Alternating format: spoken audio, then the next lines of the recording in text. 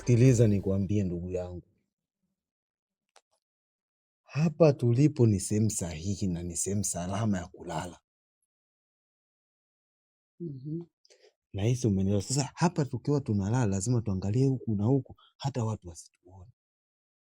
Ila mjini tabu, yani unakosa hadi pa kulala kweli ndugu yangu. Mjini sio tabu, afu mjini hakuna cha bure.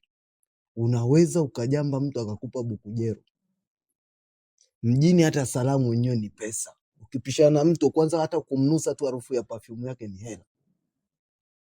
Sasa wewe kama unayaweza, jamba mbele ya mtu tupate bukujero, tupate riziki asubuhi. Kwa makande gani nilokula? Afu kama ulijua haya yote, kila kitu ni hela, kwa nini tulemuuzia ng'ombe? Asingetupa hata hela ya kuja kulala guest.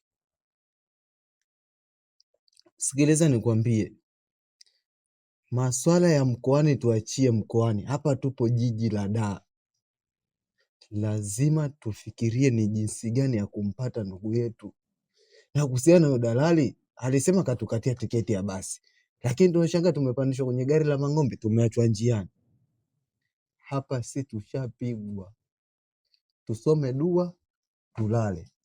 Tusiogope mbu, tusiogope watu. Tukisikia tule kokoriko, unaondoka. Mimi naona tu nilala. Ila akituma hela, cha kwanza mimi ni kununua mabuti na shogishi.